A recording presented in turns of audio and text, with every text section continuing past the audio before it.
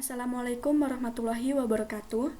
Perkenalkan, saya Selina Melinda Sucito, NIM 04012058 dari Program Studi Penyuluhan Pertanian Berkelanjutan 1A.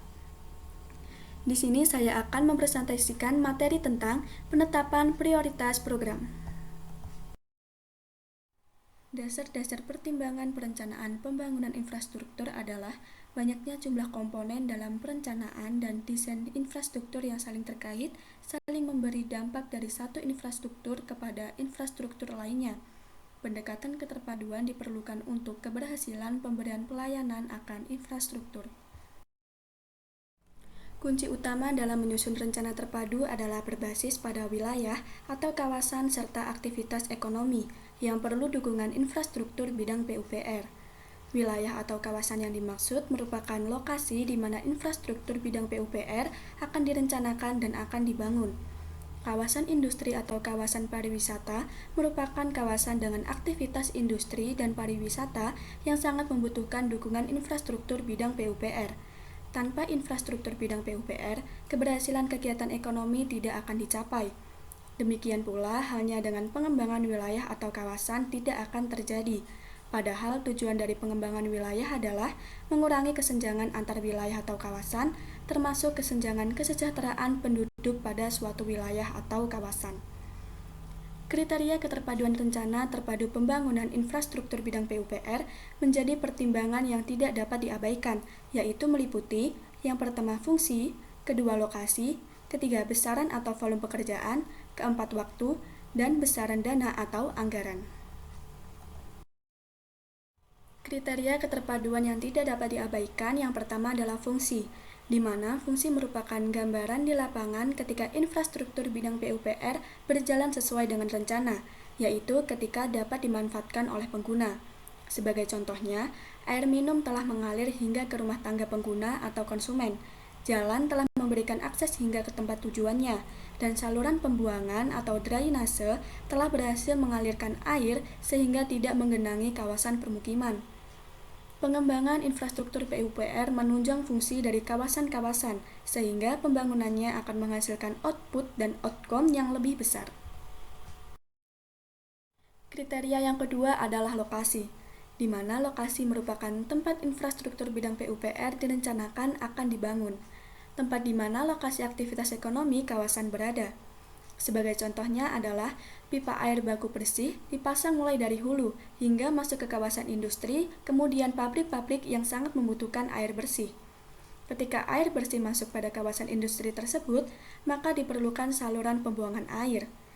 Demikian pula halnya dengan infrastruktur bidang PUPR lainnya seperti jalan. Harus dibangun mulai dari kawasan industri sebagai inlet hingga pelabuhan sebagai outlet.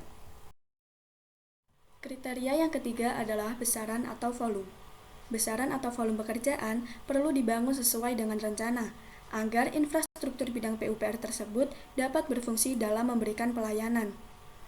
Perhitungan rinci besaran infrastruktur bidang PUPR dilakukan pada tahap perencanaan yang tentu saja melalui koordinasi dengan pelaku kepentingan pada aktivitas ekonomi, sehingga seluruh kebutuhannya dipenuhi tepat pada waktunya. Besaran yang dimaksud adalah luas, panjang atau lebar, kapasitas unit, atau jumlah satuan agar tidak ada investasi yang berlebihan atau kekurangan besaran sehingga infrastruktur bidang PUPR tidak berfungsi dengan baik. Selanjutnya yang keempat adalah waktu. Pembangunan infrastruktur bidang PUPR harus dilakukan sesuai dengan waktu yang direncanakan, agar tidak terjadi keterlambatan pengembangan wilayah atau kawasan, atau investor tidak dapat berproduksi setelah menanamkan investasinya, bahkan produk yang tidak dapat disalurkan sampai kepada konsumen. Dampak negatif yang dapat terjadi adalah iklim investasi yang buruk di negara kita, sehingga investor tidak berkeinginan berinvestasi ke Indonesia. Yang terakhir adalah besaran dana atau anggaran.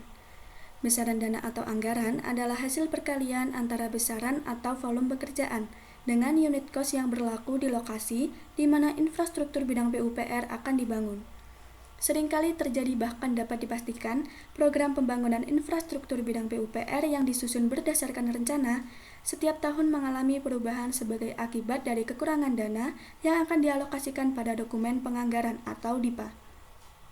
Oleh sebab itu, perlu dicermati dengan sesama agar prinsip keterpaduan dapat dipenuhi. Maka, anggaran perlu diamankan agar rencana pengembangan wilayah dapat diwujudkan. Berikut manfaat keterpaduan antara lain.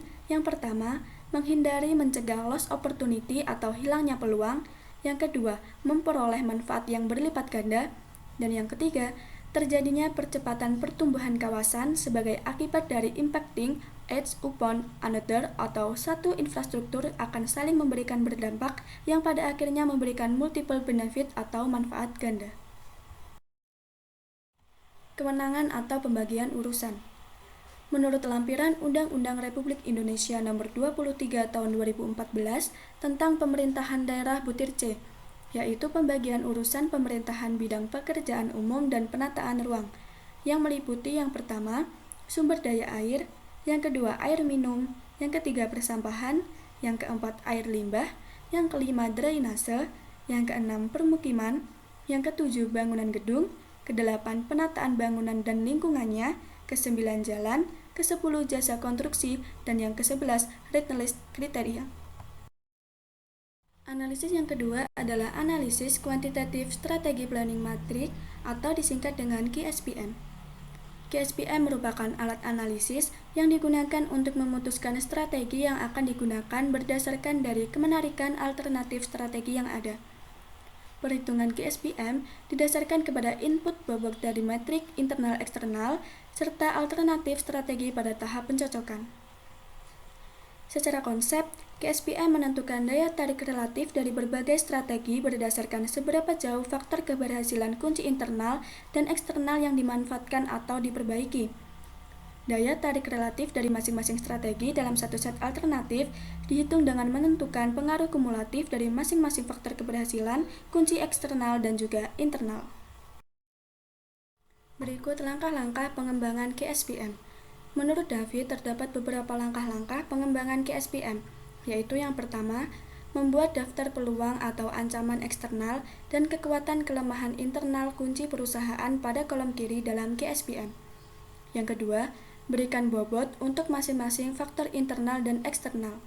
Yang ketiga, evaluasi matrik tahap 2 atau pencocokan dan identifikasi alternatif strategi yang harus dipertimbangkan organisasi untuk diimplementasikan. Yang keempat, tentukan nilai daya tarik. Yang kelima, hitung total nilai daya tarik. Yang keenam, hitung penjumlahan total nilai daya tarik. Selanjutnya, analisis yang ketiga adalah analisis kluster. Metode analisis kluster adalah metode pengelompokan wilayah berdasarkan karakteristik yang sama dari sejumlah kriteria. Jenis skala data yang dapat dipergunakan adalah interval atau rasio. Metode ini dapat mengelompokkan sejumlah besar wilayah atau objek dan dengan data atau indikator yang jumlahnya sama besar. Terdapat dua jenis macam analisis kluster, yaitu yang pertama, ditentukan dahulu jumlah kelompoknya, yang kedua jumlah kelompok belum ditentukan terlebih dahulu. Tujuan dari analisis kluster yaitu yang pertama, mengelompokkan wilayah atau objek berdasarkan karakteristik yang sama dari sejumlah kriteria yang dimiliki wilayah yang bersangkutan. Yang kedua, mengetahui anggota pada masing-masing kelompok. Yang ketiga, mengetahui karakteristik pada masing-masing kelompok. Dan yang keempat, mengetahui jarak masing-masing kasus terhadap rata-rata atau senter kelompok. Berikut adalah latihan soal dari materi penetapan prioritas program.